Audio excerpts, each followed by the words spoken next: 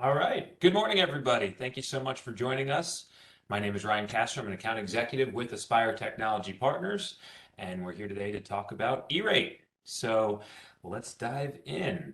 Before we get rolling, I'll give a little background about us here at Aspire. I think many of you know us, but uh, just a little bit about us. So we're headquartered in Eatontown, New Jersey, and have local operations in Mount Laurel, New Jersey, so cover the whole state. And we also have operations in White Plains, New York, and also in New Albany, New York. We work with customers in their business transformation, and we leverage the power of digital technologies to achieve your business outcomes. So we act as an extension of IT through our managed services and provide innovative and actionable perspectives for our client partners. Aspire's core strength is anchored on our dedicated team of experts delivering advanced technology solutions and services that revolve around the core areas you see on the top right of your screen in enterprise networking, collaboration, cybersecurity, data center and cloud, mobility, and IoT or Internet of Things. We have a very strong presence in the K-12 market, which is obviously where we're focusing here today on our webinar, and that's throughout much of New Jersey, New York, and beyond. So with that, I'm going to do a quick introduction to our speakers. So again, I'm Ryan Castro. I'm an account executive with Aspire Technology Partners. I focus in our SLED space, or state and local government, and K-12 and higher ed universities. Also with us, we have Carolee Murphy. Carolee is a partner business development manager for Cisco. And we have Jeff Sweeney, who is a chief legal officer for E-rate Consulting. I will let both of them give an intro when they start their respective parts. So what are we talking about here today? Oops, sorry about that. First, we're going to dive into what E-rate is. Then we'll talk quite a bit about timelines and applications. We're in the thick of it now. Changes in funding for FY22 and 23. Some examples and Cisco funding. So throughout the presentation, if you have any questions, we encourage you to utilize the chat box and send over any questions you have, and we'll kick them to Carolee and Jeff at the end. But also when we get to the question and answer portion at the end, we will unmute you. So if you have any questions that come up towards the end, or you'd rather hold until that point, you're more than welcome to ask them at the Q&A at the end of the presentation as well. So with that, we will jump into the presentation, and I will kick it to Jeff. Thanks, Ryan, and thanks to Aspire for asking us to join them on this webinar. We want to thank everybody for being here as well. If you're here, I assume it's either because you have experience with E-rate and you find it extremely unpalatable, or you have no experience with E-rate and you want to get some basic information on the program and how it works. So I'm here to help. And if we could move on to the next slide, please. What we're going to be talking about here is the basics of Category 2 and Category 2 funding. Specifically, we'll start with a little bit about our firm. Our firm's been around for over 20 years. We've been providing E-rate compliance and process management services exclusively for the duration of our existence. We are the partner for the New Jersey School Boards Association to provide E-rate compliance and process management services to its membership. That means our services can be procured directly through the School Boards Association's procurement number, as opposed to having to RFP or RFQ. We currently have over 150 clients. Our team has over 60 years of combined E-rate experience. And since 2015, which was when they released the second modernization order, making Category 2 funding eligible for everyone, we have filed over 1,000 Forms 471 and over 4,000 individual funding commitment requests. So we are extremely well versed in this program and its nuances, and we do consider ourselves to be leading experts in the field. And if you have any questions, obviously we're here to help. Doesn't matter if we have a client consultant relationship. The most important thing to us is that all applicants receive the funds to which they're entitled. We can move on to the next slide, please. So the E-rate program is a federal discount program managed by the FCC. Okay, so essentially what that means is every applicant, which is all public school districts, most charter schools, a lot of private schools, and also public library systems, are eligible to receive discounts on E-rate eligible goods and services. Each year, you are assigned an annual discount rate. Your annual discount rate is determined by your enrollment and your free and reduced lunch participation. If you do not participate in free and reduced lunch program, the National School Lunch Program. There are alternative discount mechanisms, but the idea is that the universe of applicants is extremely broad. Okay. It is not a competitive grant. All eligible applicants can receive some funding. So even extremely wealthy districts who have maybe one child receiving discounted lunch, they can receive a 20% discount through the E-rate program. Each E-rate funding year runs in lockstep with your fiscal year and with your school year. So it's July 1st to June 30th. Next slide, please. So there's two categories of service, okay? Category one is essentially your telecommunications equipment. That's your internet access and your wide area network connectivity. And then there's also some other things that fit within category one eligibility. If you need, if you have a self-provisioned network, so if you have your own dark fiber network that you own and operate, switching equipment is eligible under category one. That's more of a unique scenario and more of a nuanced, nuanced kind of arrangement. So, if you do find yourself in that situation, just feel free to reach out to us and we can help walk you through it. But category two is really what we're focusing on here, which is what the program refers to as internal connections equipment. Essentially what that means is any and all equipment necessary to facilitate the distribution of wireless broadband connectivity throughout your school buildings. Okay, so that's we'll get into a list of the eligible equipment as we move on. And you'll see what I mean when I say necessary to facilitate distribution, because it's all essentially the foundational elements of your network. Next slide, please. So discount rates range from 20% to 90% for category one. And for category two, they cap the discount at 85%. It's typically used, as I mentioned before, using National School Lunch Program eligibility and urban-rural status. Sometimes if a school district is located in a rural setting, which is determined by a specific federal program, you are entitled to a discount rate bump. So in some cases, rural school districts will get a 10% discount bump. And you can receive your discounts in one of two ways. You can pay your invoices in full and then file for reimbursement, or you can work with your provider to get a discounted invoice, which is if you're a 50% district, then you would pay 50% of the project cost and the vendor would go to USAC and invoice USAC for the balance. Next slide, please. So the application cycle is annual, okay? And it typically runs from January to March. It's a 75-day cycle. Usually they open it in the second or third week of January, and then they run it for 75 days. So each year prior to the application cycle, you should speak to your consultant or discuss internally, what do we need to put out to bid, or what do we need to put out through the E-rate competitive bidding process in order to achieve our E-rate discounts.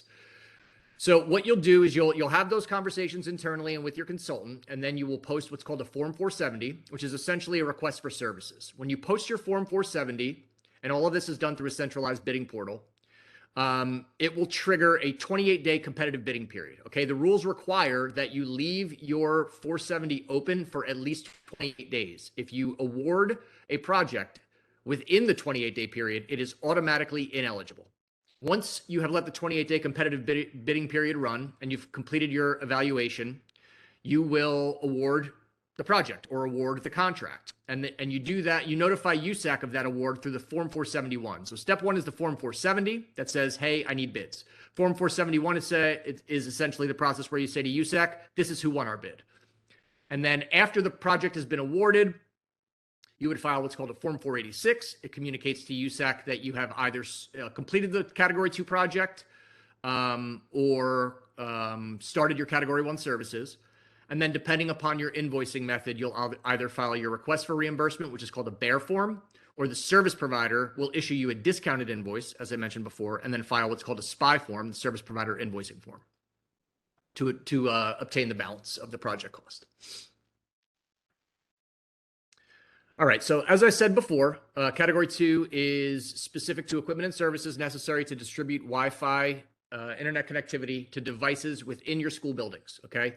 It can also include managed network services. So if you have a relatively small district and you have a skeletal technology crew at best, what we see with a lot of our really small clients is they essentially have an outside vendor come in and manage their network. That contract, as it pertains to the eligible portions of your network, is eligible for E-rate discounts. And then time and materials maintenance contracts are also eligible for E-rate. So examples of eligible equipment: access points and controllers, switches, firewalls, routers, racks that house your eligible equipment are also eligible. Cabling and wiring. So if you need Cat6 cabling installed for new Cat6 cabling for your access points, or if you need new Cat6 cabling for new locations, that's also covered by the E-rate program. Caching servers are eligible. Licenses for switches, access points. So essentially, right to use licenses are eligible. Installation, configuration, and any related training can also be eligible. So if you are a Cisco district and you are switching over to an HP Aruba solution for your network, you can actually get you can have your team trained and have that training covered by the program. And then basic maintenance of internal connections is the time and maintenance materials, time and maintenance labor contracts. So we are entering the funding application cycle for next fiscal year. Okay, so the funding application cycle that will be starting in January of 2023 is in relation to the 23-24 funding year. Category 2 budgets were refreshed in the 21-22 E-rate cycle. Okay, what they did when they refreshed the Category 2 budgets is they modified the rules, and they said that Category 2 budgets are now subject to fixed 5-year cycles. Okay. So this current 5-year cycle that we're in, like I said, we're entering 23-24, and then the following year is 24-25. That is the end of your current 5-year cycle, okay? For the current 5-year cycle in which we find ourselves now, the per pupil multiplier is fixed at $167 per pupil, okay? So your Category 2 budget, your top line category budget, is determined by multiplying the number of students you have times $167. That gives you your top line budget, okay? Your budget is district-wide, so it applies throughout your district. It is no longer school-specific as it was from 2015 through 2020. And they increased the budget floor from, I think, $9,200 up to $25,000. So for instructional buildings that have less than 150 pupils, the floor, you don't have to worry about doing any multiplication times $167 or anything like that. If you have schools that have 149 pupils or less, it automatically receives a floor of $25,000. And so in addition to that, because the C2 budget is now district-wide, they eliminated the equipment transfer rules. Okay, the equipment transfer rules applied from 2015 to 2020, but they no longer apply now. And so when I say your top line budget, essentially what I mean is you take your total number of pupils, multiply it times $167, and then you multiply that number times your discount rate, and that tells you how much money you can get back during that 5-year cycle. Okay. Next slide, please. So some other notable changes is you can leave your enrollment figure static for the entire 5-year cycle. So if in the first year of your cycle or the second year or the third year, you find that you have an anomalously high enrollment, use that number for future years. There's no reason not to, especially if you can anticipate, or if you can reasonably anticipate that your enrollment may decrease in future years, you can continue to use that higher number for the entirety or whatever's remaining of your 5-year cycle. You can update your free and reduced lunch numbers. You have to provide your free and reduced lunch numbers every year, though, because they calculate your discount rate every year. Next slide, please. So this Category 2 service delivery deadline, and I threw this in there because the FCC just released an order, and the order is rooted in supply chain issues, okay? The way the Category 2 cycle works is if you apply for a Category 2 project, you have until the following September 30th to complete the project. So you have about 18 months in the Category 2 window to complete your project. Because of COVID and because of the supply chain issues, essentially what the FCC did was they waived all service delivery deadlines for funding requests relating to FY 2021, 21, 22, and then 22, 23, which is the one that we just completed at the beginning of this year. So essentially what that means is that everybody will have an additional year to complete their projects. And if you have any questions about that, please reach out to me and we can talk about that in more detail if your district is experiencing that type of a scenario. Next slide, please. All right, so the way that we look at being successful with E-rate, especially if you don't have a team who's overwhelmingly familiar with it and you don't have a consultant who's proactive and really focuses on education, which is part of part of our mission is really to educate our clients so that they can confidently make decisions without having to reach out to us. Not to say that we're not here and we're not happy to answer your questions, but by the same token, we want our clients to feel confident in their E-rate knowledge as opposed to being scared of it, right? Because if you're scared of E-rate, you could potentially leave some money on the table, and that's what we try to avoid. So we look at it as at the start of your 5-year cycle, you really try to put together a 5-year plan for success. Okay, so you look at what you have, you look at what your network consists of, and you implement a rigid hardware refresh cycle. So in 1 year, you're going to do this, and the next year, you're going to do this. Certain schools, you can do it based on schools, whatever. It's really up to you how you want to do that, but it's a good way to kind of predict how you're going to spend your E-rate money over a 5-year cycle if you don't need to do everything all at one time. It allows you to you should prioritize hardware over EOL schedules, right? And things like that. The 5-year plan for success is a way for you to essentially look at what do we plan to do? What are our goals from an educational technology standpoint for the next 5 years? And what do we need to do to achieve that? So, you'll identify your preferred part numbers and the associated requirements. And then you'll evaluate alternative solutions to see if, okay, we are a Cisco shop. However, it's extremely expensive for us to look at this for our next 5-year cycle. We're going to consider HP Aruba. Let's do all our diligence before the next E-rate cycle comes around so that we're familiar with the Aruba product and we know whether or not we want to use it, right? At the end of the day, the 5-year plan for success, the keyword there is plan. You have to plan in order to be successful with E-rate. Next slide, please. So each year, that's the macro, the broad approach in terms of planning for success. This is what you should do each and every year. Each and every year, you should understand your category 2 budget figure, okay? Because your category 2 budget figure, if you spend category 2 funding each year, will be a depleting number. Identify any pending projects from prior years. Are you going to complete those projects? If so, communicate that to your consultant so that they know. If you're not going to complete those projects, you also have to communicate that to your consultant so that they can file a Form 500, which returns unused money back to your category 2 budget, okay? You're going to complete any required product demos, okay? Product demos are something that USAC takes a look at very closely. And essentially what they say is if your product demo is for an unreasonably long period, then technically that is not a demo. That is a loan, quote, a gift, and they could potentially penalize the applicant for that. If you're going to be doing any cabling or fiber projects, identify those early, okay, so that you can schedule walkthroughs for vendors so that everybody has the appropriate specifications for that project, okay? And then just more generally, speak to your consultant early and often to ensure that you don't make any mistakes, to ensure that you don't sign anything early that you shouldn't sign, and to make sure that you don't miss any deadlines. Next, please.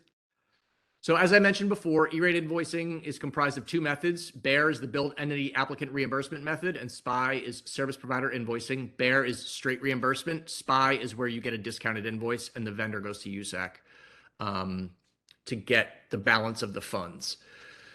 So the last bullet there is very, very important. Okay, so if you are an applicant and you put out a bid for category 2 equipment and in past years, you've received bids where your vendors just throw in quotes that have all different part numbers on there. And then during the PIA review process, you find out, okay, part numbers A, B, C, D, and E were all partially ineligible.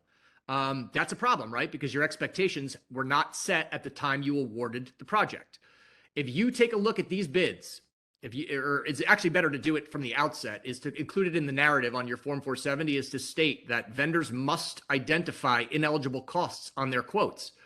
And vendors who do not will either be penalized or disqualified. At the end of the day, the most important thing to an E-rate award is that your expectations have been set properly so you're not hit with change orders in the future, or so that you don't have to come and find yourself scrambling for money to cover costs that you discover too far down the road are ineligible, but the project has already started, or you've already taken the project too far down the road to turn back. Next slide, please. So the future E-rate eligibility, these are things to consider for the upcoming E-rate cycle. These will not be eligible. School bus Wi-Fi, okay, so that would be hardware and related services to provide wireless internet connectivity on school buses. And then cybersecurity software. So as of right now, content filtering, malware, threat detection, all of that is ineligible, regardless of what your service provider may tell you, it is ineligible. There are some really, really spirited advocacy efforts going on right now to sweep the software suites into eligibility. It's probably going to require another 1.2 to 1.5 billion in the program in order to cover that. So, the advocates are making their use cases to the FCC, and hopefully we can get them to acknowledge the issue and to expand the program in the next couple of years. But it's definitely not going to be in this upcoming cycle. Next slide, please. That's it for me. Carolee? Thanks, Jeff. That was a lot. It's hard to cover E-rate in 20 minutes. It was a whirlwind, and I apologize to everybody. And I know that I hit you with an avalanche of information, but if you have any specific questions, Aspire's got my contact information. They're going to pass it out to everybody. Feel free to reach out. No problem. Yeah. And I'm not an E-rate expert, but I do have some simple ways of thinking about E-rate. So if you need that, you can reach out to me. I really like the idea around E-rate. Right now we're watching floods of devices moving in and off and all over our campuses. And it's just amazing that we have E-rate to help accommodate that activity. I was talking to a peer of mine, and she's like, do you know how E-rate came to be? And she sort of simplified the story for me. And she said that, back in the 90s, these huge companies were giving all the schools computers, because there were computers at the time, not even laptops, and they had no way to connect those. They just didn't have a way to connect all this hardware that they were getting. So that was one of the influencing factors to E-rate coming to be. And that's how the Telecommunications Act was sort of being prompted to start. Very simplified version of that story, but super interesting. I mean, back then we used phone lines to connect computers, so that we've come a long way. And as Jeff said, we are in year 26, the third year of a 5-year funding cycle.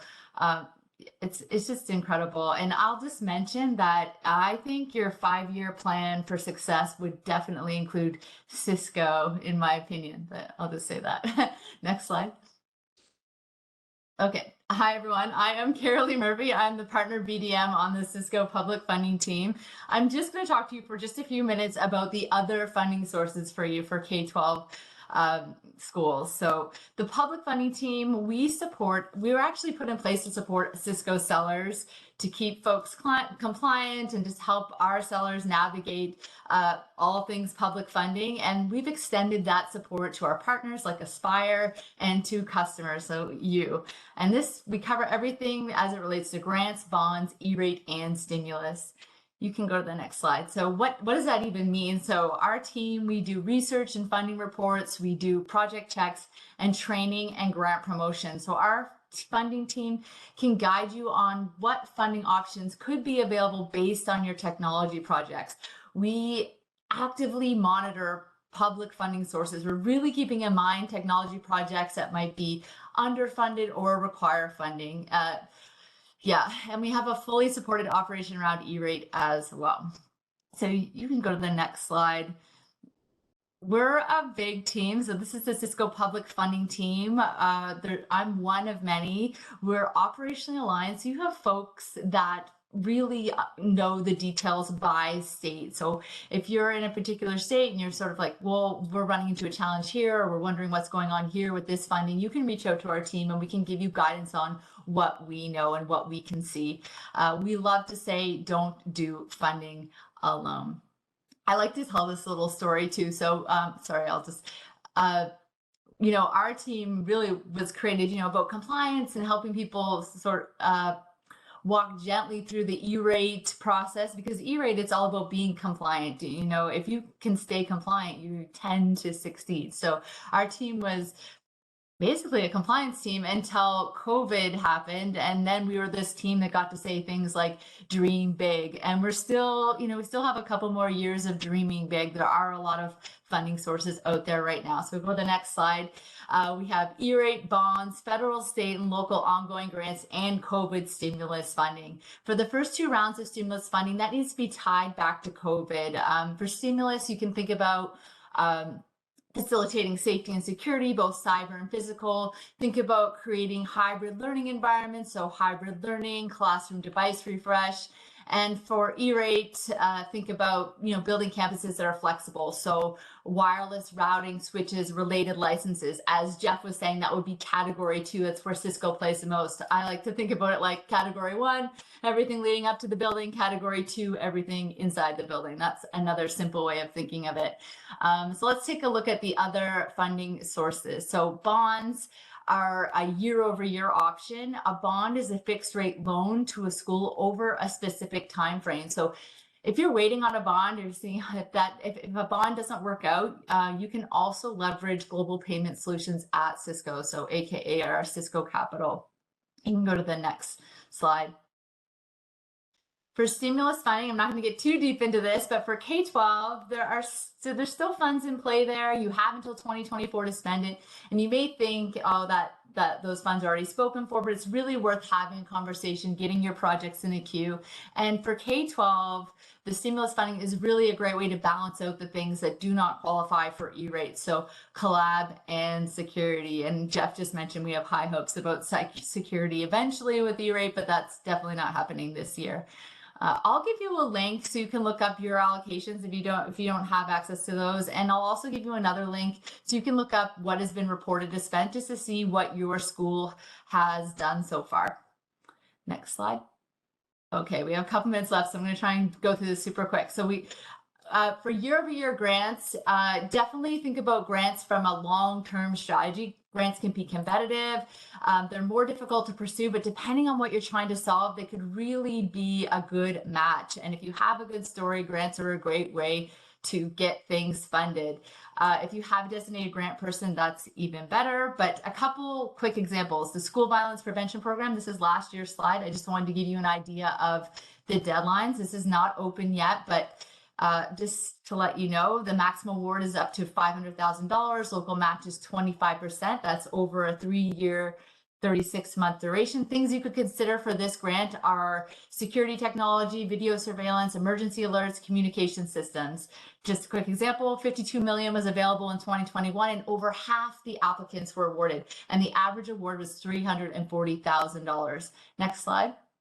So I want to tell you about the U.S. Department of Agriculture Distance Learning and Telemedicine Grant, because it's going to open any minute. We have an expert on our team who can really help you dig into this, but the quick Coles notes are awards are between $50K and $1 million.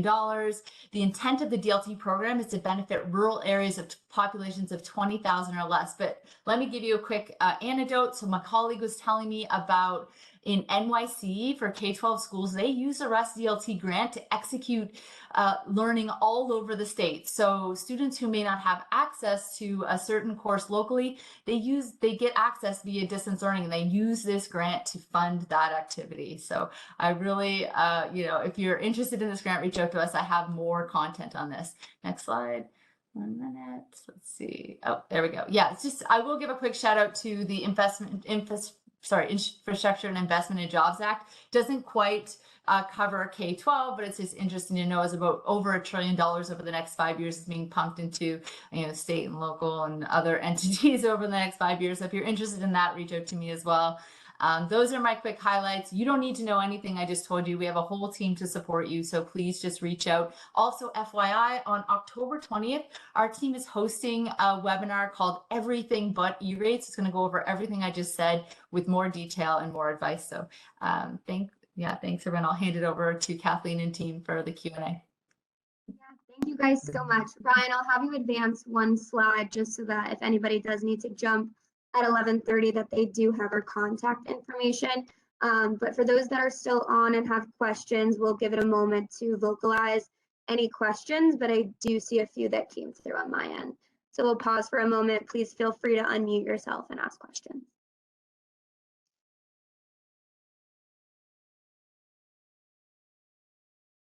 Okay, we'll handle the ones that came through. So Carolee, how do I know how much stimulus funding is left? Perfect. Great question. I will drop a link in the chat, and you can actually go look up your entity and see what was allocated and what was spent. It's not depending for K-12, the reporting is a bit slower, so it's not up to date fully, but I will give you an idea as to where people are at. So 1 second. Great, thank you. Yeah. In the meantime, Jeff, it looks like we have one for you. What are some common mistakes applicants make regarding category 2? Oh, you're on mute, Jeff. My apologies. I think the biggest mistake that people make, honestly, is failure to plan. Category 2 is one of those things. There's just a lot of tricks. There's a lot of turns. There's a lot of nuance that goes into it. It's much easier to get your project approved on the 471 than it is to get your project paid by the program. And by that, I mean, there's two different review processes, right? There's the review process for your application, and they really only do a superficial review of the details. But then there's actually the stage where it comes time for either the district or the applicant or the vendor to get paid. And that's where they do their more stringent review. And that's where the failure to plan typically comes out.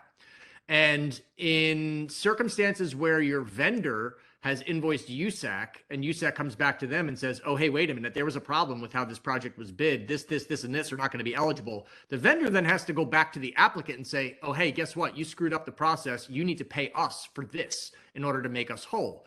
And so essentially what it does is it disrupts relationships, right? Failure to plan can really have a detrimental impact on working relationships among people who are responsible for deploying these types of projects. But then also it can cause applicants to leave money on the table. And, you know, we saw one New Jersey school district who from 2015 to 2020 had a category 2 budget of about $2 million and they didn't spend a penny. They didn't spend $1. And we don't know the reason why. You know, we've never gotten an answer from them. But by the same token, we all know that they bought something for their network within that 5-year period, and they probably bought a lot. And a lot of it was probably eligible for E-rate support. So something scared them away. And, you know, it probably was just a failure to plan, a failure to keep things organized. So to me, that's the biggest mistake that people make. You should start having E-rate conversations in September. You should have an E-rate team that's comprised of someone from the business office and the tech office so that you can have these conversations early before the E-rate application cycle starts in January. One last question for Carol Lee. How do I leverage support and get a grant report? Yeah, I didn't mention this fully, but something that our team does offer is if you are working with Aspire and you're sort of getting to this point where, okay, we have all these outcomes and we know where we want to go, they can reach out to our team and we can pull a grant report. We work with a third party called the Grants Office LLC. They can pull a comprehensive report on all of the different funding sources that might help with that project, and then we can review it. So just reach out to your folks at Aspire and they'll reach out to us and get us engaged. Yeah. Great, thank you. That's all the questions that came through. We'll give it a moment if anyone wants to hop in and ask any additional questions. But other than that, we do have our contact information up here. Feel free to reach out and we can direct your questions to Jeff and Carol Lee as needed.